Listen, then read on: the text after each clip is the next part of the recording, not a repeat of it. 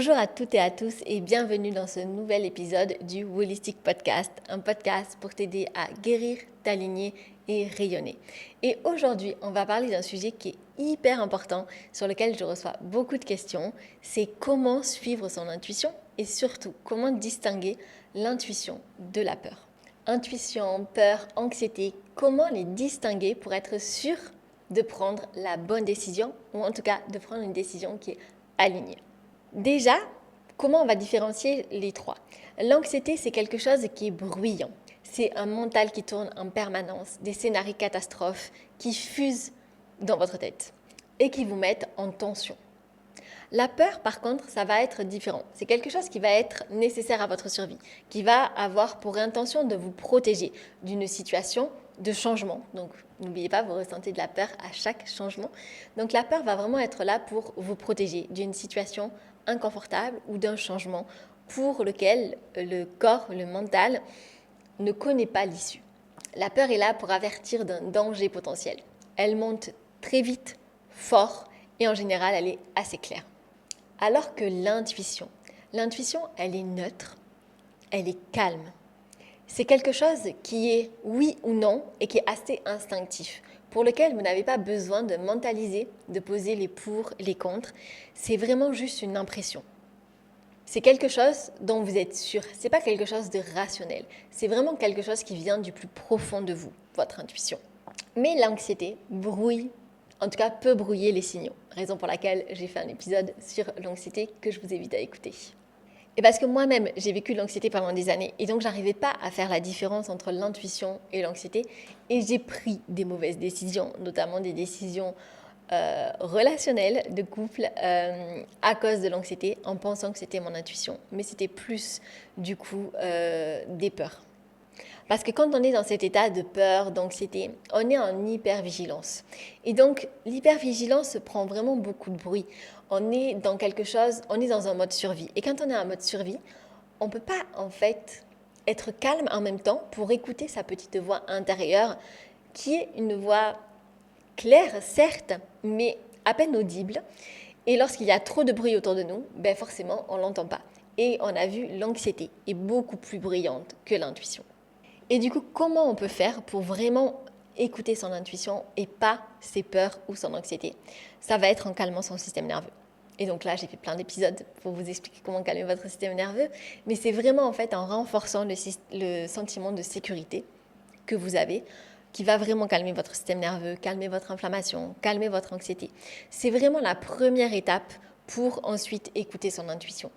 Ça va vous permettre en fait de vous assurer que le message que vous recevez n'est pas brouillé, qu'il vient de la bonne source. Et pourquoi du coup écouter son intuition est capital? Pour les personnes qui ont suivi, du coup, je devais rentrer en France il y a quelques semaines et au final, j'ai pas pu rentrer en France. Du coup, avant de prendre l'avion pour mon départ en France, j'ai dit à une amie « Oh, mais je ne sais pas pourquoi, j'ai un très mauvais pressentiment vis-à-vis de ce voyage. » Alors que c'est quelque chose qui ne m'arrive pas. J'ai jamais eu peur de l'avion, des voyages, etc. Au contraire, parce que tout ce qui est vol, en fait, c'est quelque chose que je ne peux pas contrôler. Et à partir du moment où je ne peux pas contrôler, j'arrivais à me libérer facilement de l'anxiété. Même quand je souffrais du coup d'anxiété chronique, l'avion n'était pas une source d'anxiété pour moi. Vraiment pas. Parce que j'étais incapable de contrôler quoi que ce soit. Et donc, au contraire, ça me calmait parce que je savais que ça ne dépendait pas de moi, le fait que j'arrive à bon port. Et donc là, c'était vraiment la première fois que j'avais un mauvais pressentiment suite à l'avion, surtout que je savais du coup que c'était pas lié à une peur quelconque, puisque j'avais jamais eu peur de l'avion auparavant. Et donc j'avais ce mauvais pressentiment. Mais je devais partir pour plusieurs raisons. Je devais voir un membre de ma famille qui était mourant. Donc première raison importante. Et comme je devais rentrer, j'en avais profité pour renouveler mon visa, mon KITAS.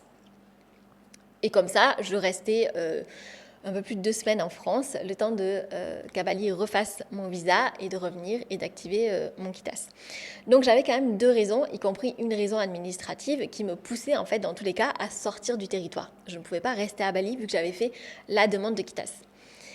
Donc malgré cette forte intuition, je me dis bon je ne vais pas annuler le voyage, j'y vais quand même. 3 heures avant le départ du vol, j'ai un vol qui a été annulé, c'est-à-dire le vol entre Londres et Marseille. Parce que forcément, c'est un long trajet, donc je faisais Paris-Doha, Doha-Londres, Londres-Marseille. Et là, je vois que Londres-Marseille, vol annulé. Et donc, je me dis, ok, j'avais déjà une mauvaise intuition, et là, c'est quand même l'univers qui m'envoie le signe que je ne dois quand même pas y aller. Mais pareil, j'avais des raisons d'y aller, j'en ai discuté avec ma mère, etc. Et ma mère, elle me disait, dans tous les cas, tu dois sortir du pays, donc sors. Voilà. Donc, je décide quand même de prendre l'avion et arriver à Doha, attaque de missiles de l'Iran envers le Qatar. Et donc, je me suis retrouvée bloquée 3 jours et 3 nuits à l'aéroport. Clairement, on ne va pas dire que c'était une situation confortable.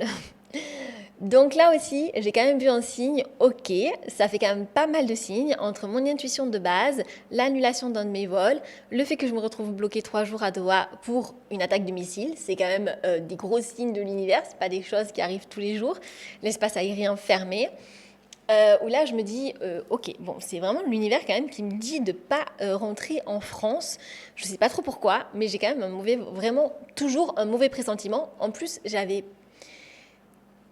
l'impression que le mauvais pressentiment que j'avais, c'était pas ce qui m'arrivait à Doha. C'était vraiment un truc qui allait m'arriver quand j'allais être en France.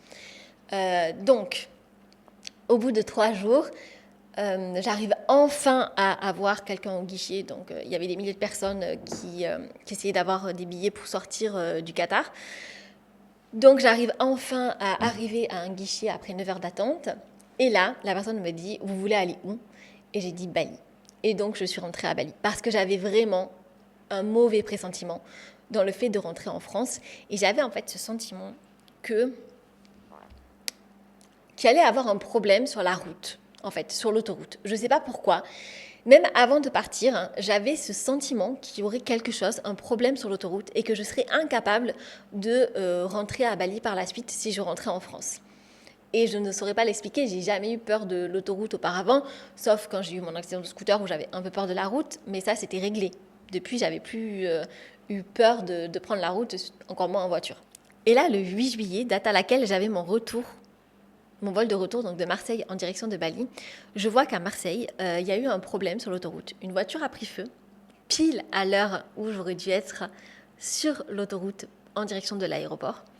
Une voiture a pris feu, et ça a déclenché un grand incendie, et du coup, l'aéroport a fermé. Et là, je me suis vraiment rendu compte que l'intuition que j'avais, le problème sur l'autoroute et le fait que je serais dans l'incapacité de rentrer à Bali, eh bien en fait c'était vrai. Voilà, et je l'ai vraiment senti. Au début, je me suis clairement pas écoutée puisque j'ai quand même pris ce vol en direction de Doha, mais l'univers m'a renvoyé un signe en mode non. Mais l'univers m'a quand même renvoyé un signe en mode non, je t'ai dit de ne pas aller en France, donc tu n'iras pas en France. Je t'envoie d'autres signes pour que tu comprennes le message. Mais du coup, voilà, ça m'a confortée vraiment dans ma décision que je ne devais pas rentrer en France. Et ça m'a aussi aidée à déculpabiliser parce que du coup, je n'ai pas pu voir le membre de ma famille avant qu'il décède. Donc j'avais beaucoup de culpabilité aussi par rapport à ça. Parce que certes, quand je suis rentrée de Doha, quand je suis rentrée à Bali quand je suis rentrée à Bali de Doha, j'étais certes soulagée parce que je suivais mon intuition, mais en même temps, je culpabilisais énormément parce que j'avais l'impression, entre guillemets, de choisir la facilité parce que je ne rentrais pas en France voir le membre de ma famille qui est décédé peu de temps après, quelques jours après. Donc voilà, là, j'ai vraiment suivi mon intuition. J'ai eu beaucoup de signes, mais encore faut-il voir les signes, être attentif et surtout entendre sa petite voix intérieure et se dire, faire la différence entre « Ok, il va se passer quelque chose sur l'autoroute ». Analyser, est-ce que c'est vraiment en fait mon intuition qui parle ou c'est ma peur, une peur comme j'avais eu un accident de scooter, est-ce que c'est la peur qui ressurgit par rapport à ça? Alors voici les signes qui me permettent de savoir que c'est mon intuition et non pas ma peur. C'est déjà les ressentis physiques. Lorsque vous suivez votre intuition ou que vous avez l'intention de suivre votre intuition, vous ressentez vraiment un moment de paix, d'ouverture. C'est pas quelque chose, vous ressentez pas de l'anxiété, vous ressentez pas du stress, vous ressentez pas des doutes. Et vous n'essayez pas de rationaliser quelque chose. Vous n'essayez pas de trouver une raison logique à votre prise de décision. Vous savez que la décision elle est alignée et elle vous apporte instinctivement, juste quand vous décidez de la prendre, un profond sentiment de paix et d'apaisement. Avant même que le mental n'intervienne, vous avez vraiment cette sensation instantanée. Ce calme qui est illogique, même quand vous suivez votre intuition et que votre intuition ne vous amène pas vers une décision qui est facile à prendre, mais malgré tout, vous avez ce calme, cette paix intérieure. Je vous disais quand je n'ai pas continué mon voyage en direction de la France, que je suis rentrée de Doha à Bali, je culpabilisais certes pour les raisons que j'ai évoquées, mais je me sentais vraiment en paix, je savais que j'avais pris la bonne décision, je me sentais en sécurité d'avoir choisi cette voie-là. Et d'ailleurs, les événements se sont alignés et tout s'est confirmé. Concrètement, comment faire pour arriver à suivre ton intuition ? Comme je disais, tu dois baisser le volume du bruit intérieur. Et donc déjà, pour baisser le volume du bruit intérieur, tu vas baisser le volume du bruit extérieur. Les bruits autour de toi, les stimuli, les distractions, être seul avec soi-même, confronté à soi-même, seul avec ses pensées. C'est vraiment le meilleur exercice pour arriver à faire la différence entre la peur, l'anxiété ou l'intuition. C'est d'être confronté à soi et d'apprendre à se connaître, tout simplement. Réguler ton système nerveux également, c'est dans le calme qu'on entend l'intuition. C'est pas dans le stress, c'est pas dans l'agitation, c'est pas en mode survie. C'est vraiment quand le système nerveux est calme, quand tu es dans ce sentiment de sécurité. Et comment faire ? Avec des routines, avec des pratiques douces de yin yoga, de yoga, des pranayama, de la cohérence cardiaque, du breathwork. Peu importe les pratiques, c'est pas une pratique qui va avoir un effet immédiat. Déjà, toutes les pratiques ne se valent pas, dans le sens où toutes les pratiques ne sont pas adaptées à toi. Trouve quelque chose qui résonne en toi et ça t'apportera ce que ça doit t'apporter à ce moment-là. Et ton chemin évoluera, les pratiques qui vont t'appeler vont évoluer également. Mais écoute-toi vraiment vis-à-vis des pratiques qui t'appellent. Si quelque chose t'appelle, c'est que cette chose a quelque chose à t'apporter. Et ça, c'est une intuition. Donc, suis-la. Écrire tes pensées, tes émotions va permettre d'activer le cortex préfrontal et donc de calmer ton système nerveux. Ensuite, tu as tout ce qui est théorie polyvagale, donc toutes les techniques de stimulation du nerf vague pour calmer ton système nerveux également. Te ramener au corps également. Ok, quand tu ressens quelque chose, quand tu as une intuition, quand tu as de la peur, quand tu as de l'anxiété, qu'est-ce que tu ressens dans ton corps ? Apprends à faire la différence. Quand tu as de la peur, tu ressens certaines choses dans ton corps. Quand tu as de l'anxiété, tu ressens certaines choses. Une lourdeur sur la poitrine, une difficulté à respirer, ce genre de choses. Et quand tu as de l'intuition, qu'est-ce que tu ressens dans ton corps ? Ça, de différencier les différents ressentis dans ton corps, de te connecter à ton corps, va te permettre de faire la différence entre tout ça. L'intuition ne vit pas dans ta tête, l'intuition vit dans ton corps. Sois attentive vraiment aux sensations de ton corps. Fais la différence. Quand tu ressens de la peur, tu ressens telle chose dans ton corps. Quand tu ressens de l'anxiété, qu'est-ce que tu ressens dans ton corps ? Et quand tu ressens ton intuition, qu'est-ce que tu ressens dans ton corps ? Ça va vraiment te permettre de faire la différence. Et donc, pour ressentir dans ton corps, reste dans un endroit calme, silencieux, sans distraction, sans bruit. Ferme les yeux, ressens les émotions que tu as, les pensées que tu as. À chaque pensée, focus-toi sur une pensée, concentre-toi sur une seule pensée. Et quand tu penses à ça, sois attentif. Qu'est-ce que tu ressens dans ton corps ? Des picotements, de la chaleur, une oppression sur la poitrine, une difficulté à respirer, un sentiment de paix, de calme intérieur, d'apaisement. Note. C'est ça qui va te permettre de faire la différence entre ton intuition, ta peur, ton anxiété. Et je ne dis pas que c'est facile à faire, je dis que ça vient avec de la pratique. Je vous disais, j'ai pris plein de mauvaises décisions dans ma vie parce que je pensais suivre mon intuition, alors que pas du tout. Je suivais mes peurs, je suivais mon anxiété. Et j'arrivais pas à faire la différence parce que j'étais déconnectée de mon corps. J'avais eu tellement d'émotions qui étaient désagréables, que je n'avais pas vécu, que je n'avais pas traversé, que je n'avais pas accepté, que j'avais imprimé dans mon corps, et ça brouillait le signal. Et c'est quand j'ai commencé vraiment à faire ce travail sur moi, à me libérer de ces émotions, à me libérer de mon anxiété, que j'ai réussi à faire la différence et à écouter de façon encore plus claire mon intuition. Et surtout à la suivre, à avoir le courage de la suivre, à ce que la peur et l'anxiété ne me freinent pas. suivre ton intuition va te permettre de construire une relation de paix avec toi-même et de confiance. Et il y a beaucoup de femmes qui me partagent sur les réseaux sociaux, dans les consultations gratuites, dans les accompagnements, qu'elles n'ont pas confiance en elles. Mais parce que ça revient surtout d'un manque d'alignement.